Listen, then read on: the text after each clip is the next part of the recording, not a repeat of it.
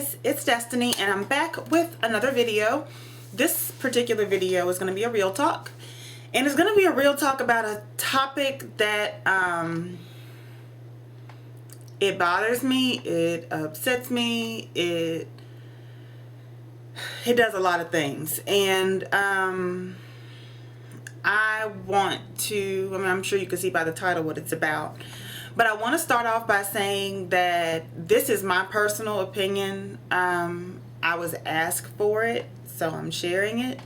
I stand behind it, and I'd like to hear you guys' feedback, but let's keep it respectful, because I think that that's the absolute least of what's been done up until this point when it comes to the topic, is to be respectful.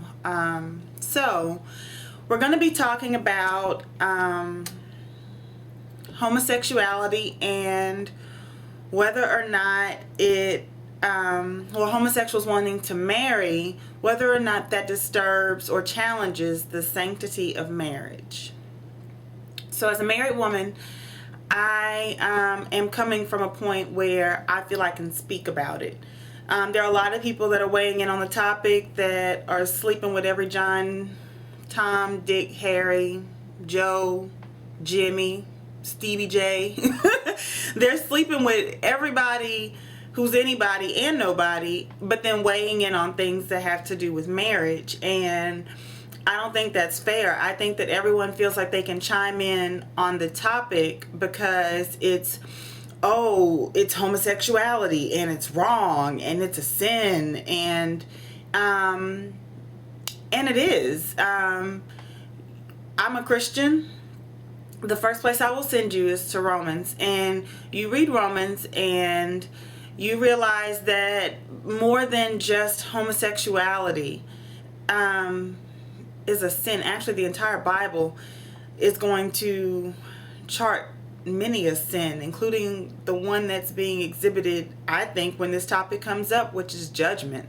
And you're no one's judge nor jury, and most of the people that I've seen and heard weigh in on the topic have taken on the role of both. You sit in the jury box and then you go zip up a robe because you're the judge and the jury on what should be done. And I personally do not believe that homosexuals, same-sex marriage, which, however, the comfortable way of saying that, two men or two women, same-sex marriage, I don't believe challenges and threatens the sanctity of marriage. I don't think that it does, because at the end of the day, I think that what threatens the sanctity of marriage is divorce. When I think the statistic is extremely skewed by saying that 50% of marriages end in divorce, I do believe it's far more than that.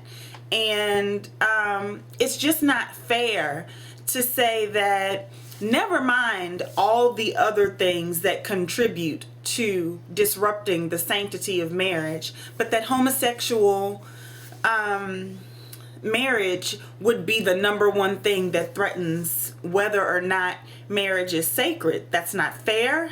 I don't believe it's right. I believe it's the farthest thing from the truth. I think that if we're going to spend our time saying, no, you can't marry, no, you can't marry, that threatens what marriage is, I think then we should put on the table heterosexuals should not be able to get divorced. I believe that a motion should be put forward that divorce is no longer an option. It's till death do you part, not till divorce do you part. And more specifically, in David and I's situation, as far as our marriage, my pastor, Timothy Charles Ross, said that the only D word that gets us out of this thing is death. And I believe that. So many times people throw on the table, let's just get a divorce because you're mad, and then you go forward with it and you neglect the vows that you made to each other, but the promise that you made to God to uphold those vows. So that's my opinion on the whole homosexual marriage or same-sex marriage, however you want to, whatever type of verbiage you want to use. That's my opinion on the topic. I believe that it doesn't threaten the sanctity of marriage. I believe the divorce does. And it's very, very easy to shine a light on something else when you want to neglect the actual problem at hand.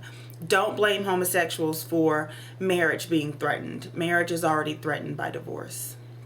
I do want to give you guys a scripture. I'm a Christian. I'm not going to preach to you. I'm just going to give you a scripture from the Bible.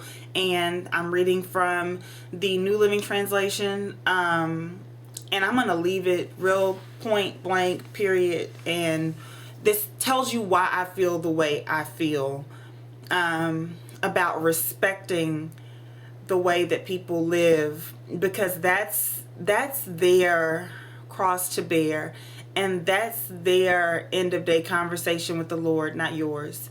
So this is from Romans 12. This is verse 9 and 10. Don't just pretend to love others, really love them. Hate what's wrong, but hold tightly to what's good. Love each other with genuine affection and take delight in honoring each other.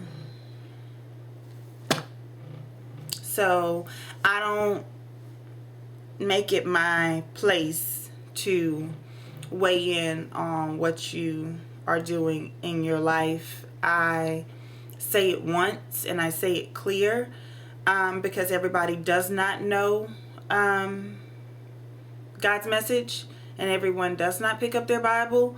And so you put it out there once clearly and you leave it alone, because it's not your place to judge or juror someone's life. So yeah, team no divorce. I'm about that life. I'll talk to you guys later. Let me know what you think. Put your comments below. Be respectful. Be very respectful. Share this video if you think it would help someone. I'd love to talk about it, and I'd love to hear your input on it. So yeah, I'll talk to you later. Love you. Bye.